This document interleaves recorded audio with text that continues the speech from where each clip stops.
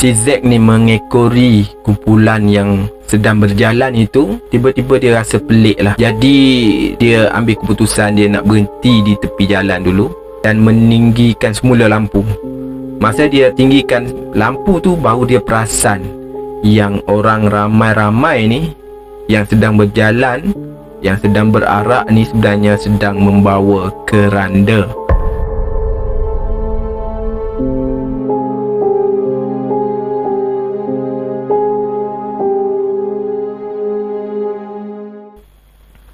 Bismillahirrahmanirrahim. Assalamualaikum warahmatullahi ta'ala wabarakatuh. Selamat kembali lagi ke channel SH Studio, seram tapi santai. Terima kasih kerana anda singgah di channel ini. Dan macam biasa, anda bersama saya, Samsul Hanif. Dan untuk kali ini kita akan bercerita tentang kisah yang berlaku di Jalan Pondok Tanjung. Jadi ada kisah ngeri, kisah seram yang berlaku kepada Zack, bukan nama sebenar, ketika beliau pulang daripada baling untuk menuju ke Taiping. Jadi untuk mengetahui kisah ini dengan lebih lanjut, sebelum tu jangan lupa subscribe dahulu channel ini serta tekan butang loceng. Bagi anda yang sudah subscribe, saya ucapkan banyak-banyak terima kasih.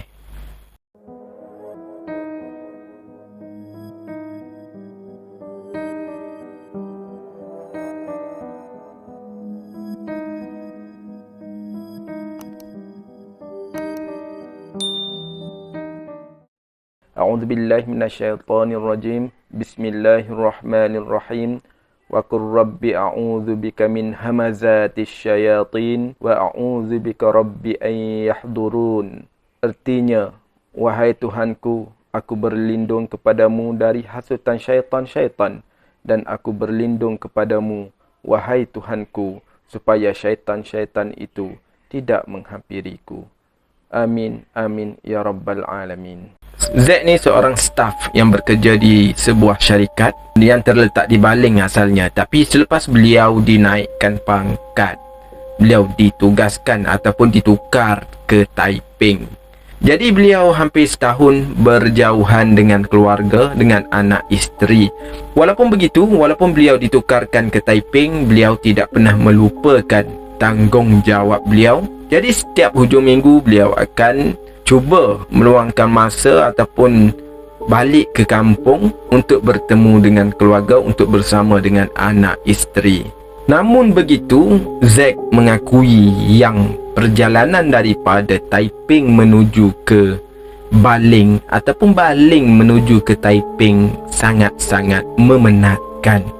Apatah lagi beliau terpaksa balik setiap minggu. Jadi bagi menjimatkan masa, beliau merancang untuk melalui jalan-jalan pintas. Jadi pada suatu hari beliau bertanyakan kepada kawan-kawan beliau, sekiranya mereka tahu kalau adalah jalan-jalan pintas yang boleh menjimatkan masa serta tenaga untuk sampai ke Baling.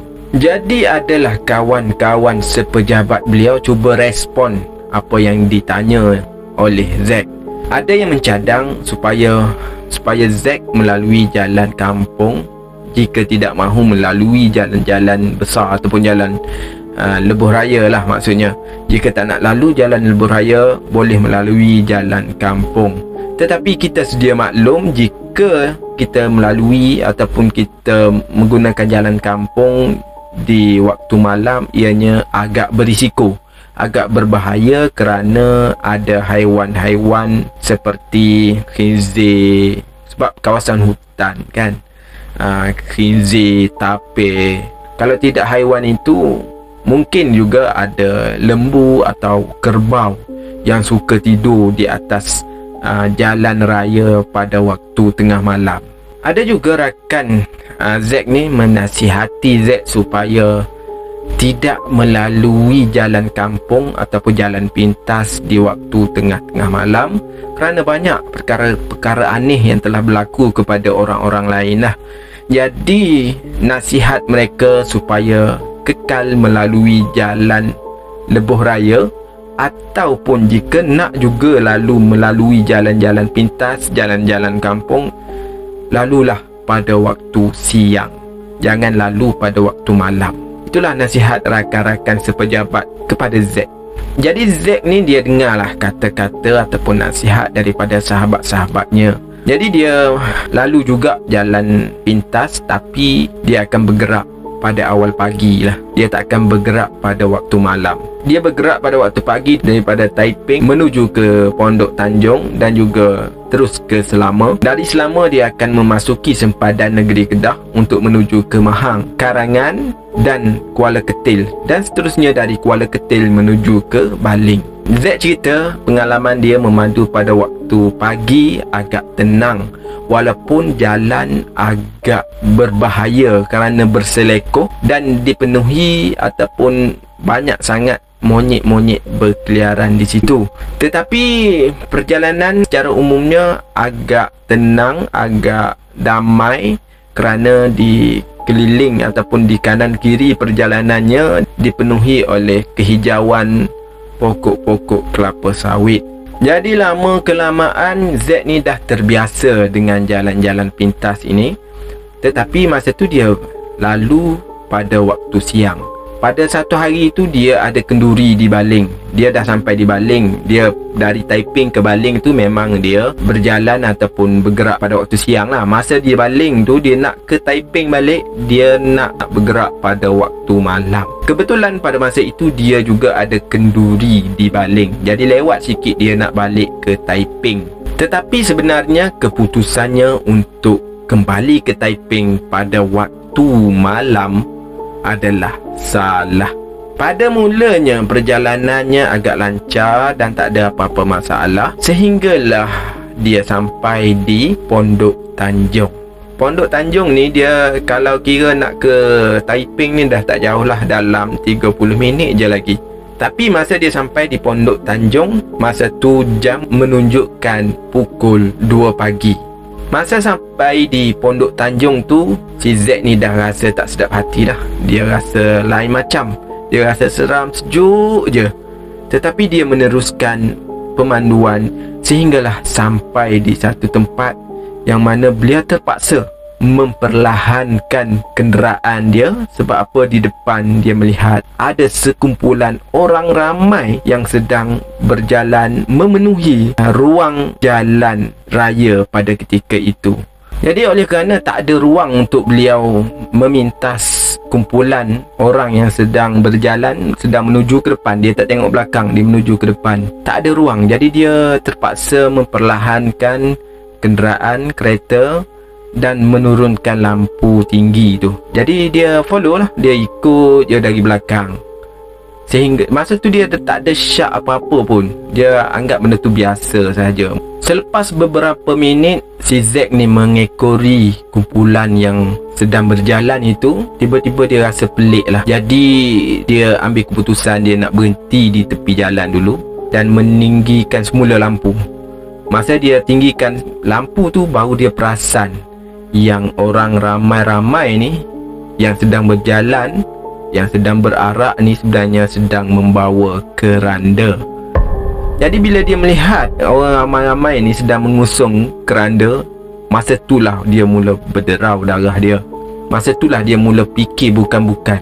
Barulah dia rasa pelik, kenapa dalam pukul 2 pagi orang ramai mengusung keranda, tetapi dalam ramai-ramai itu beliau perasan tak ada seorang pun yang membawa lampu suluh untuk mengiringi jenazah ke tanah perkuburan. Jika betul itu orang, takkan tak ada seorang pun bawa lampu.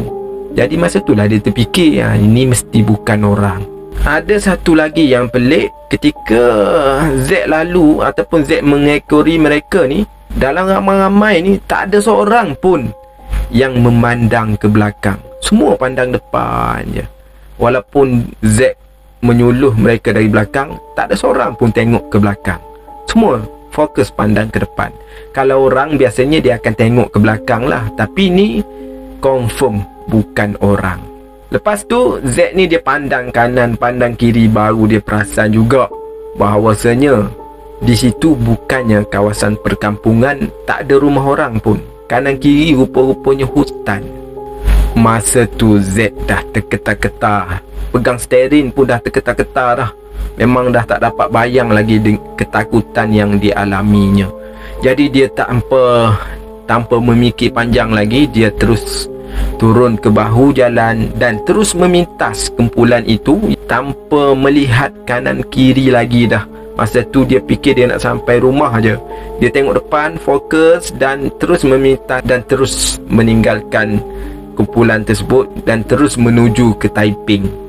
Alhamdulillah, lepas tu Z pun sampailah di rumah. Dia terus masuk ke dalam rumah dan terus mengunci rumah serta duduk di dalam bilik dalam keadaan termenung. Dia masih memikirkan perkara ataupun peristiwa yang dia alami sebelum daripada itu. Dia tak dapat nak melelapkan mata. Keesokan harinya, Z ni mengalami demam selama beberapa hari. Jadi dia MC lah. Dan dia sejak daripada tu dia dah serit, dia tak nak lagi melalui jalan Pondok Tanjung tersebut pada waktu malam khususnya. Menurut cerita orang lama, banyak kejadian-kejadian aneh yang berlaku di jalan ataupun di kawasan Pondok Tanjung tersebut. Pada waktu siang ianya dipenuhi dengan monyet-monyet, dan pada waktu malam pula ia dikatakan sebuah perkampungan orang bunian di kawasan tu. Jadi tak heranlah jika siapa-siapa yang melalui kawasan itu pada waktu tengah malam memang akan nampak kejadian-kejadian yang pelik lah, kejadian-kejadian yang aneh. Antara yang kerap menjadi buah mulut orang ramai ialah mereka akan nampak orang ramai mengusung jenazah pada waktu malam, pada waktu tengah malam, seperti mana yang dialami oleh si Z ni lah. Ada juga yang nampak seorang ibu membawa 2 orang anak. Ada juga yang terdengar orang sedang mandi-manda di kawasan tu. Pernah juga terjadi kepada penunggang motosikal yang melalui jalan itu nyaris-nyaris terbabas kerana masa si penunggang motosikal ni jauh, dia nampak jalan tu macam straight, macam lurus je. Tetapi bila sampai dekat, rupa-rupanya dah selekoh. Jadi masa itulah dia nyaris-nyaris terbabas lah. Tetapi Alhamdulillah, si penunggang motosikal ni dia tak menunggang motosikal dengan laju. Jadi sempat lagi nak mengawal pergerakan motosikal tersebut. Selalunya orang yang tak biasa melalui jalan ini akan kerap berlaku gangguan-gangguan lah, berbanding dengan penduduk tempatan ataupun penduduk yang berdekatan dengan tempat tersebut. Jadi cerita ini saya tamatkan di sini. Terima kasih kerana anda sudi menonton. Terima kasih, semoga video ini memberi manfaat untuk semua. Jangan lupa subscribe serta tekan butang loceng. Kita jumpa lagi untuk video-video yang akan datang.